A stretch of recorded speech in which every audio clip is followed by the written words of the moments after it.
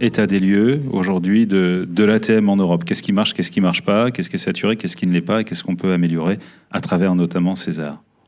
Tout plan de vol, tout vol en fait qui part de ces États membres, de ces 41 États membres, qui atterrit ou qui survole ces États membres, doit déposer un plan de vol auprès d'Eurocontrol, et c'est Eurocontrol qui redistribue ce plan de vol aux États traversés.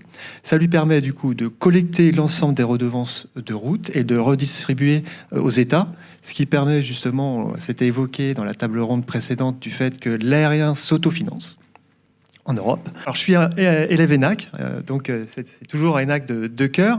Alors, on va dire que je suis promo 2035 pour rester jeune et être dans l'innovation. Mais quand je suis rentré à l'ENAC, et puis tous à l'ENAC, on était tous passionnés de l'aviation, en fait. Et je pense que à l'époque, l'aviation faisait rêver les jeunes. Aujourd'hui, c'est beaucoup plus difficile d'attirer les jeunes. Et ça, on sait que c'est compliqué d'embaucher, même dans quel que soit le secteur. Et l'aviation qui est vue comme une industrie polluante, c'est encore beaucoup plus difficile d'attirer les jeunes. Donc, on a cet enjeu. Et je pense que justement, cette digitalisation, cette transformation en fait du contrôle aérien, c'est un très bel enjeu. Je pense que l'aviation, de toute façon, depuis des années, a été sensible à l'environnement. Clairement, en fait, je pense qu'il faut aussi se le dire.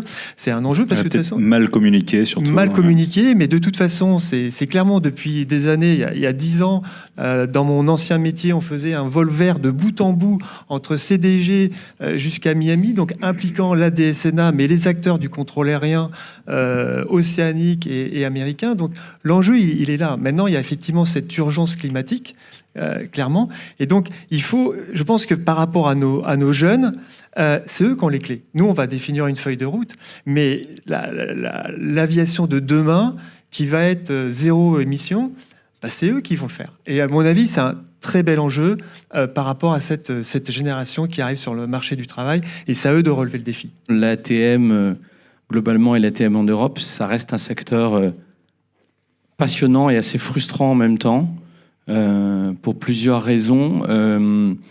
C'est un secteur qui s'appuie en fait sur des technologies relativement anciennes, disons-le.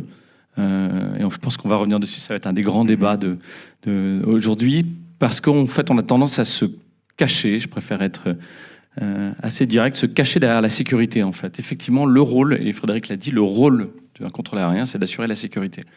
Mais tout l'écosystème en fait se cache un peu derrière la sécurité pour innover. Évoluer, oui. Ouais, pour ne pas beaucoup innover, quoi. On a un problème qui est lié à la manière dont on développe et on certifie nos systèmes et tout ce qu'on fait, en fait, qui fait que nos cycles sont vraiment très longs.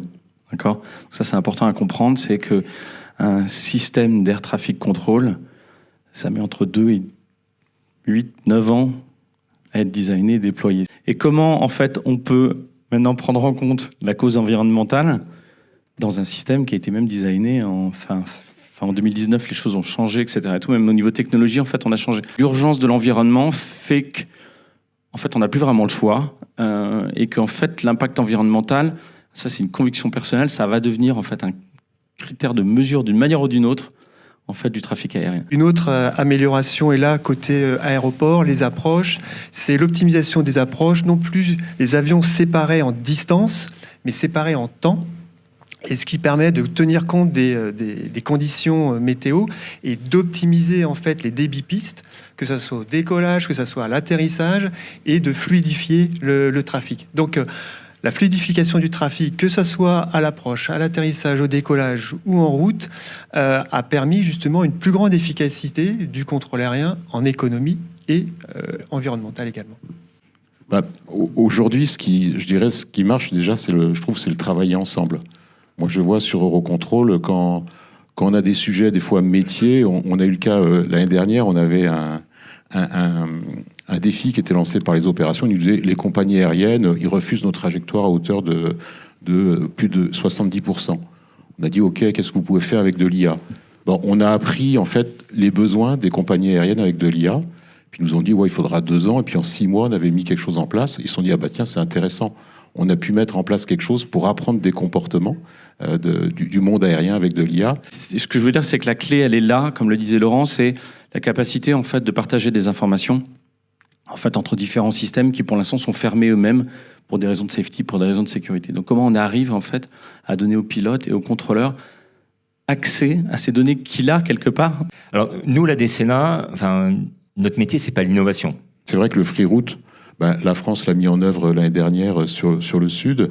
Et aujourd'hui, c'est des sujets, on peut passer en free route en multi-pays, c'est des sujets à travailler. C'est plus passe à ton voisin un avion, c'est je sers une trajectoire globale à travers l'Europe. On peut quantifier d'ores et déjà ces gains sur le free route en termes de consommation, de charge de travail du contrôleur et également des pilotes aujourd'hui. Il ne faut pas quand même garder en tête que le réseau européen d'une manière globale, ou que le réseau français plus particulièrement, est très inefficace en matière, on va dire, de ligne directe. Concrètement, sur des trajectoires volées, le delta, quand on fait de la sortie, on va dire, de la zone d'approche jusqu'à l'entrée de la zone d'approche qui suit, on est sur quelques pourcents, entre 2 et, ça dépend quel indicateur on prend, mais on est entre 2 et 3% d'inefficacité au global sur les trajectoires volées. Voilà. On a des vrais enjeux sur le rapprochement avec la trajectoire idéale qui permet au maximum de lisser les vols, du coup de diminuer très largement les consommations de kérosène. Et là aussi, on y travaille. Les compagnies aériennes ont maintenant des outils à bord qui permettent de calculer la trajectoire idéale compte tenu des données météo, compte tenu de origine et destination. Et effectivement, ça, c'est des données qu'aujourd'hui, on n'a pas encore sur la position de contrôle et que les nouvelles technologies nous permettraient d'avoir. Alors, un des avancements sur lequel on travaille beaucoup, moi qui me passionne personnellement dans César, c'est ce qu'on appelle les centres virtuels. Donc, le centre virtuel, c'est en fait, actuellement, en fait, physiquement, en fait, la DSNA va avoir 5 centres pour la gestion du trafic en altitude élevée. Et ces 5 centres, ils ont un secteur géographique précis avec des contrôleurs dedans. Il faut imaginer que de temps en temps, les nœuds de trafic qui ne sont pas en endroit qu'on avait prévu, etc. Comment on peut introduire de la flexibilité en fait, dans cette force de contrôleurs et technologies, etc. Et tout. Donc le centre virtuel, c'est encore une fois une nouvelle technologie. L'idée, c'est est-ce que quelque part un centre peut pas opérer pour l'autre et vice-versa, etc. On peut faire beaucoup de choses avec ce genre de technologie, mais c'est vraiment assez passionnant en fait pour gérer de la bande passante typiquement. C'est l'enjeu en fait effectivement technologique. C'est l'enjeu technologique de l'ATM. C'est comment en fait, encore une fois en simplifiant, mais quand même la solution en fait technologique à tout ça, c'est quand même la virtualisation. Et c'est peut-être la finalité, c'est peut-être ça, c'est d'avoir en fait un système ATC partagé avec des grandes bases de données partagées au niveau européen, etc. Donc une espèce de vision finale, si vous voulez. Aujourd'hui, quand on travaille sur la safety, on n'a pas le même niveau d'approche sur le logiciel spécifique que sur les infrastructures. Donc on sépare bien les niveaux, on a des stratégies de travail globales. Et aujourd'hui, quand on développe, on essaye de faire du safety by design, de la security by design. Ça, c'est un sujet qu'on n'a pas parlé, mais du fait d'ouvrir les systèmes, d'avoir tout cet échange de données, ça veut dire que demain, les attaques cyber, on n'a plus une approche périphérique. Autour, on se dit on est protégé avec nos barbelés. On doit intégrer l'attaque de l'intérieur potentiellement parce que les systèmes sont de plus en plus ouverts. L'urgence climatique, de toute façon, impose l'ATM à accélérer en fait sa modernisation. On a été un peu frileux dans César 1, César 2020, César 3. On doit être aussi disruptif. Et tout est prêt. Et je pense en plus dans l'organisation de César 3. C'est très bien parce que déjà il y a de nouveaux acteurs, les compagnies aériennes rentrent et il y a aussi beaucoup de nouveaux partenaires qui rentrent dans César 3, notamment l'univers des drones.